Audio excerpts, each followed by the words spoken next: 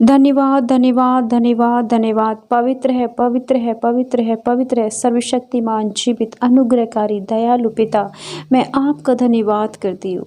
धन्यवाद करती हूँ राजाओं के राजा, प्रभुओं के प्रभु, सर्वशक्तिमान, जीवित पिता, मैं धन्यवाद करती हूँ। हे प्रभु यीशु, आप महान हैं, आप पवित्र हैं, आप दयालु हैं, आप रक्षा करने वाले, आप करुणा प्रेम से भरे हुए परमेश्वर है प्रभु, हम आपका धन्यवाद करते हैं। मेरे प्रिय भाई और बहनों, आज यदि आपका शत्रु शैतान आपको बार बार परेशान कर रहा है, बार बार बीमारी डाल रहा है, भयंकर लाइलाज बीमारियों से आपका परिवार ग्रसित है, आपके घर में कर्ज है, बीमारी है, बच्चे नहीं हो रहे हैं, आपके घर में चिंता और परेशानी, एक्सीडेंट जैसी समस्याएं बन रही हैं, आपके विरुद्ध आपके परिवार के लोग खड़े हैं, तो आज इन सारी चिंताओं को भूल जाइए, क्योंकि आज का वचन आपके लिए विश्वास कीजिए। आज का वचन है एस्तर की किताब, उसका 3 अध्याय और वचन 13। राज्य के सब प्रांतों में इस आशय की चिट्ठियां हाहाकार के द्वारा भेजी गई कि एक ही दिन में अर्थात आदार नामक 12वें महीने के 13वें दिन को क्या जवान, क्या बूढ़ा, क्या स्त्री, क्या बालक, सब यहूदी मार डाले जाएं, नष्ट किए जाएं और उनका सत्यानाश किया जाए, उनकी धन संपत्ति लूट ली जाए। वो आज का वचन मेरे भाई बहनों के जीवन में 100 गुना फल लाए पिता, और आज के वचन से मेरे भाई बहनों को चंगाई, आशीष और छुटकारा इसी वक्त मिले, यीशु के नाम। धन्यवाद पिता, आमीन। मेरे प्रियो, इस वचन में ऐसा होता है कि एक सिंपल सी सीधी सादी परमेश्वर के अनुग्रह में चलने वाली एक लड़की होती है जिसका नाम होता है एस्तर। वह बहुत रूपवान और खूबसूरत होती है। जब राजा उसे देखता है तो अपनी रानी बना लेता है। उसी का एक भाई रहता है मोर्देक, जो राजमहल में रहता है। जब राजा का सेनापति हामान मोर्देक को देखता है तो मोर्देक उसको दंडवत नहीं करता, उसको प्रणाम नहीं करता है, जिसकी वजह से हामान चिढ़ जाता है और हामान राजा से चुगली करता है कि राजा, तेरे राज्य में एक तितर बितर और चिटकी हुई ऐसी जाति है जिसके नियम और सब लोगों के नियम से अलग हैं। राजा, ये जाति तेरे नियमों पर नहीं चलती है, इसलिए राजा इस जाति को अपने राज्य में मत रहने दे, इसे नष्ट करने की आज्ञा दे। राजा उस हामान के कहने में आ जाता है और उस जाति के लोगों को मृत्यु दंड की आज्ञा निकाल देता है।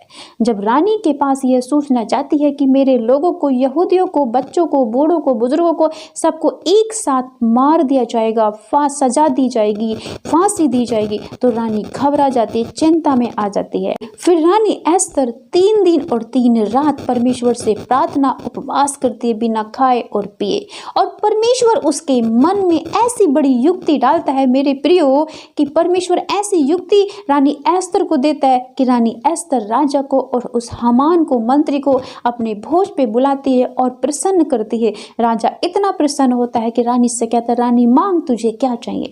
तब रानी वर मांगती है और कहती कि राजा, मैं जो मांगू वो तू मुझे देना। तब राजा कहता है कि जैसी तेरी इच्छा वैसी होगी। तब रानी अपनी सारी बात बताती है कि राजा, तेरा जो सेनापति हामान है, इसने मेरी जाति के लोगों को, मेरे भाइयों को, मेरे माता पिता को एक ही दिन में मारने की आज्ञा निकाली है। राजा, आप बताइए कि जब मेरी जाति के लोगों को मारा जाएगा तो मैं कैसे जीवित रहूंगी। रानी रोने लगती है, गिड़गिड़ाती है और प्रार्थना करती है राजा से। राजा उसकी इस प्रार्थना को स्वीकार करता है। उस हामान को फांसी के फंदे पर लटकाया जाता है और रानी के परिवार यहूदी लोगों को परमेश्वर बचा लेता है।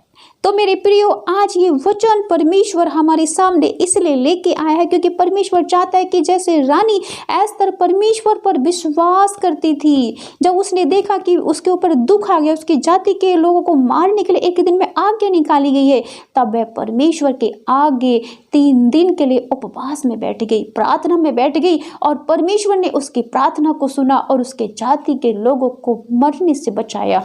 परमेश्वर ने रानी एस्तर के मन में ऐसे बड़ी बड़ी युक्तियां भेजी कि रानी ने राजा से बात की और राजा से अपने लोगों को बचा लिया। तो मेरे प्रियो, परमेश्वर कहता है कि यदि तुम्हारे जीवन में कोई भी चिंता है, परेशानी है, समस्या है, तो मुझसे प्रार्थना करो, मैं तुम्हें बड़ी बड़ी और रहस्यमय बातें बताऊंगा जिन्हें तुम अभी नहीं जानते।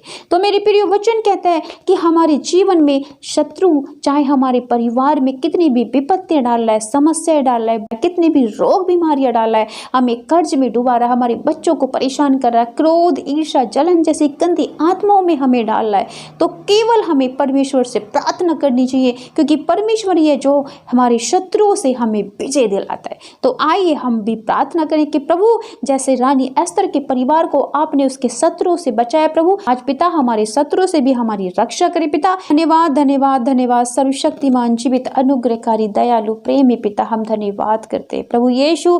आपके पावन चरणों में आके आपसे प्रार्थना करते हैं पिता। आज का वचन जो आपने हमें समझाया, हमसे बातें की प्रभु, कि जब रानी एस्तर के परिवार पर मुसीबत आई, दुख आए पिता, मृत्यु दंड के आगे निकाली गई प्रभु, तब वो आप पे विश्वास करके भरोसे के साथ धीरज के साथ पिता परमेश्वर पेशेंस के साथ आपके पास उपवास में बैठ गई मेरे प्रभु, और आपने प्रभु उसकी प्रार्थना को सुना। प्रभु प्रार्थना आपके मन को चेंज कर देती है मेरे खुदा, हमारे शत्रु के मन को चेंज कर देती है। और प्रभु आपने पिता उसके जाति के लोगों को मृत्यु से बचाया मेरे खुदावन। आज इस वचन से पिता मेरे भाई बहनों के जीवन में भी पिता आशीष आए पिता, छुटकारा पिता, चंगाई आए मेरे खुदावन। राइट नाउ प्रभु इनके जीवन में ये वचन कार्य करे पिता परमेश्वर। आज इनके शत्रु यदि इनके पीछे लगे हुए पिता, उनका मन बदल यीशु मसीह के नाम में। और पिता आपका भी मन बदले, ताकि आप इनको चंगाई दे, छुटकारा दे और आशीष देने की कृपा करें यीशु मसीह के नाम में